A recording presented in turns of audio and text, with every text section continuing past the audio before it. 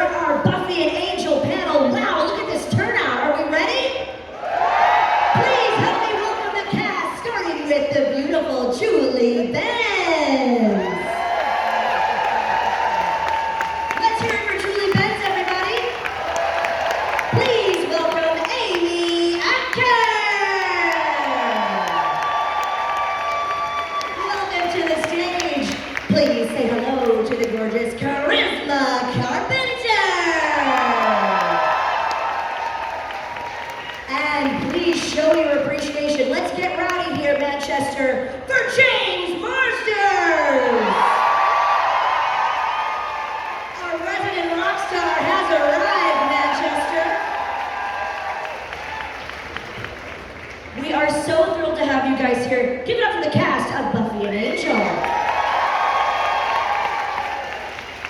We already have fans lined up to ask you questions, but just a question for me. How are you guys enjoying the time? Because you take so much time for your fans, and they're so excited that you're here in the UK. Before we start, can I ask a favor? Do you guys want to be on my social media? Okay.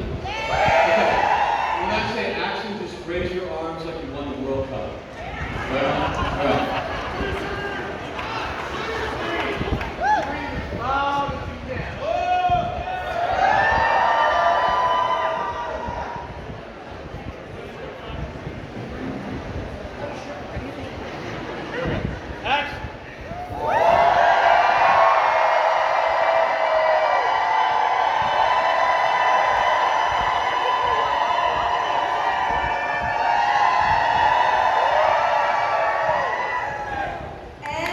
They're naturals, James, don't you think? Yes, they are. Just a few of your closest friends. You're going to end up on James' social media. Very exciting. Now, guys, I think we should get right to the questions. We have my friend Veronica here from Budapest. Hi, Veronica. Via Liverpool, is that right? Can you hear me? There she is. So, I have a request, and if you're not comfortable with it, that's okay. But Anthony Giles recently passed away, and if you would be okay to share some of the happy or fun hours that you've been away to remember him, or is there questions that we would have? Yeah, that's great. I remember early in season 2, my accent wasn't that great, and in the script they had to say bullocks, and it was written by an American, so it was spelled B-U-L-L-O-C-K-S, and I just did what I was told, and I said bullocks, and he came up to me and he goes, "We don't say it like that, you twat. You're embarrassing me back home, so I'm going to help you now."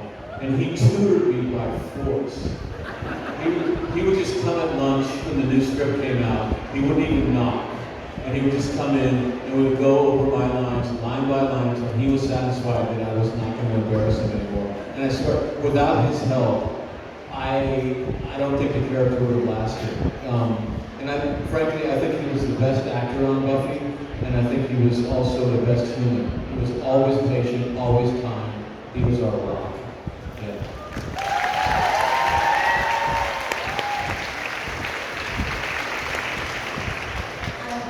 I didn't work with him that much, but I did get to meet him a handful of times at different conventions. And I remember having a really beautiful conversation with him. Him and his wife were both very, very big animal lovers.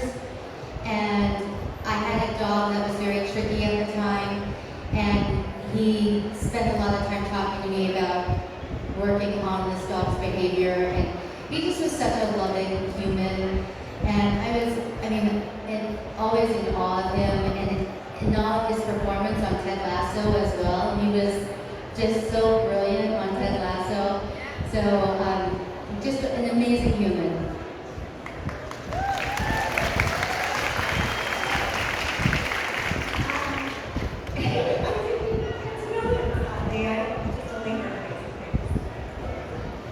I have two thoughts about Tony. One of them is the first time I met him, I didn't know he was Giles. I didn't know why he was in the production office at all, actually.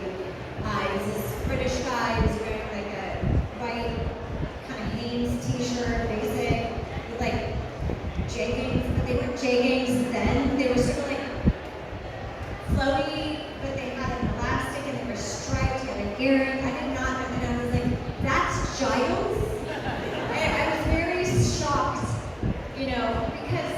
new to acting, and I wasn't used to seeing somebody be so different from their part.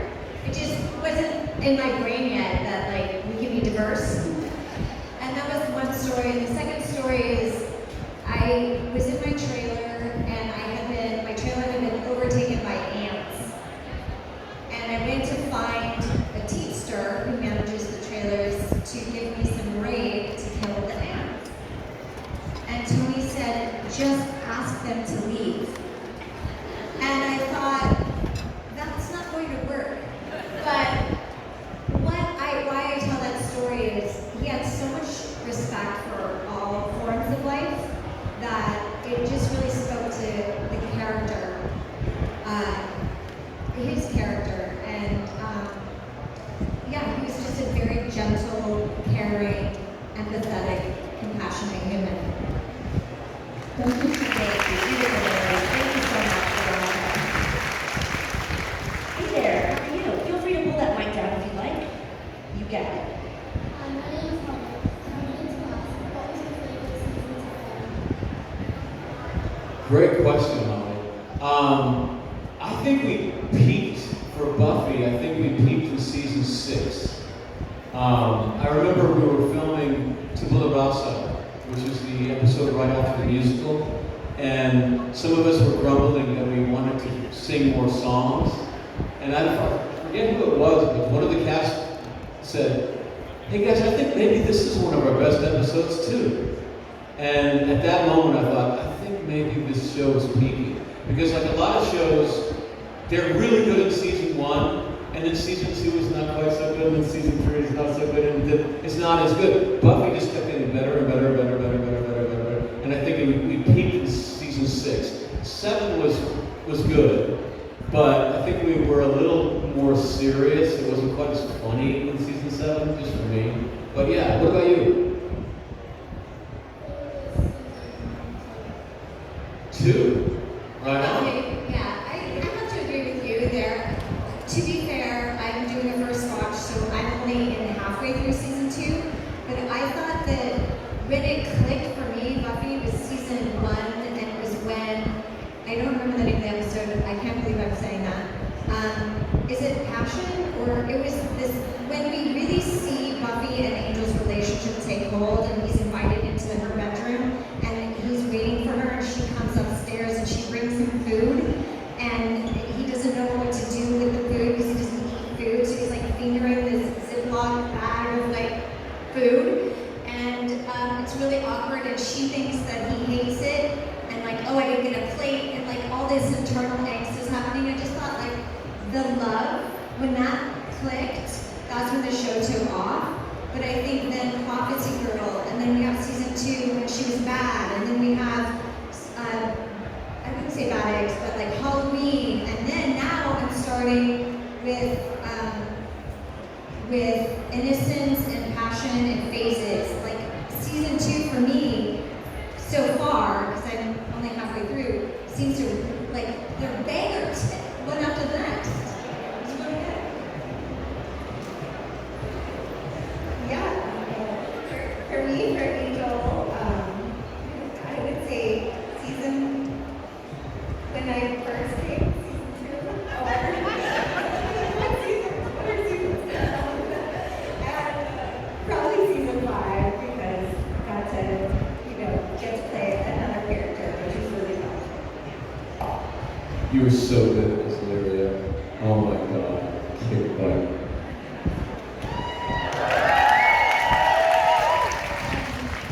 I mean, for me, obviously, season 2 of Angel, because there's an episode called Darla. That's the best episode ever. Of the whole show, of Buffy and Angel, is the episode called Darla. In my opinion, I'm not biased or anything. Hey, girl. My name is Carson. I was in TV shows Which do they prefer, Buffy or Angel? You're gonna start a fight right here on stage. No, for me they were the same show. The writers were the same, a lot of the actors. We did both. The stunt crew was the same, the producers were the same. I think the only difference for me was that Buffy shot up to 20 hours a day, which is a long time for a day's work. But Angel was 12, and I appreciate that. Yeah. By the time 5 came along, it was 12. We were out. You know? You guys have got the good deal. For me, I preferred Angel because there was more meat. And there was more growth, more depth, more to do.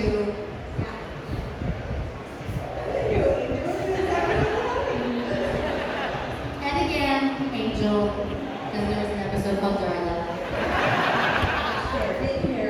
Thanks, man. Hey there. I'm Kelly.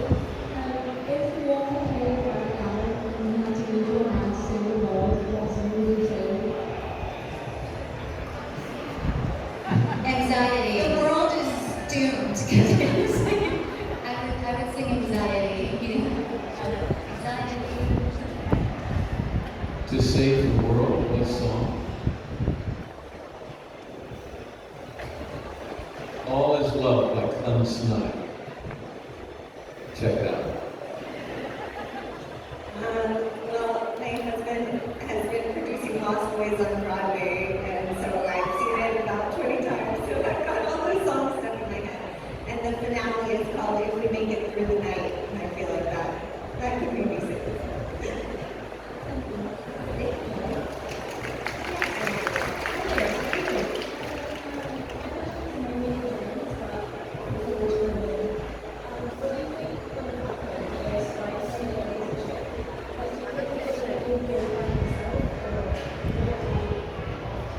You know, that's a great question. I didn't like the show.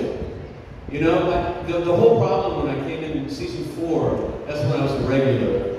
And I knew that the basic challenge was how to get Spike to stop trying to kill Buffy. Because he can't kill her, and if he keeps failing to kill her, then it's going to get repetitive and cheesy. And I thought it would be really great if Spike fell in love with Buffy. Of course, she never reciprocates that. That would be ridiculous.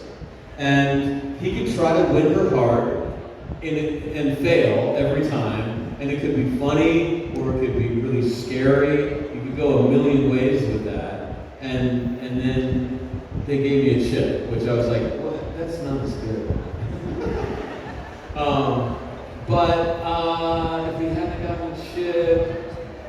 If he hadn't gotten a chip, none of it would have happened. He wouldn't have been in control. Buffy would have just killed him.